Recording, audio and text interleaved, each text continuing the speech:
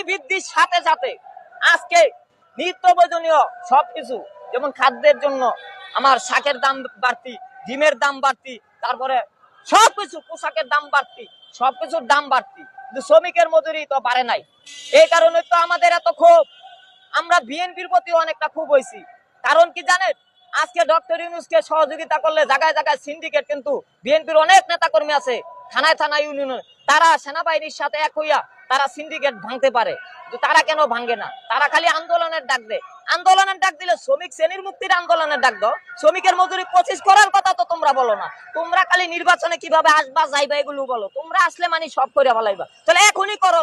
Doctor Yunus তো বেশি দিন থাকবে না, 18 মাস থাকবে, এর বেশি তো থাকবে না। 18 মাস তাদের সাথে কাজ করো মাঠে, দেখি তোমাদের কি যোগ্যতা। তোমাদের যে আগামীতে ভোট দিতে চাই আমরা বড় দল দেখা, তাহলে তোমাদের কি যোগ্যতা সেটাও তো আমাদের কাছে প্রমাণ করতে হবে। এখন শ্রমিকের মজুরি তোমরা মানতে নারাজ কেন? ম্যাডাম খালেদা জিয়ার কাছে আমার দাবি, শ্রমিকের মজুরি 25 করার আগে যাতে তিনি নির্বাচনে না যায়। ধন্যবাদ।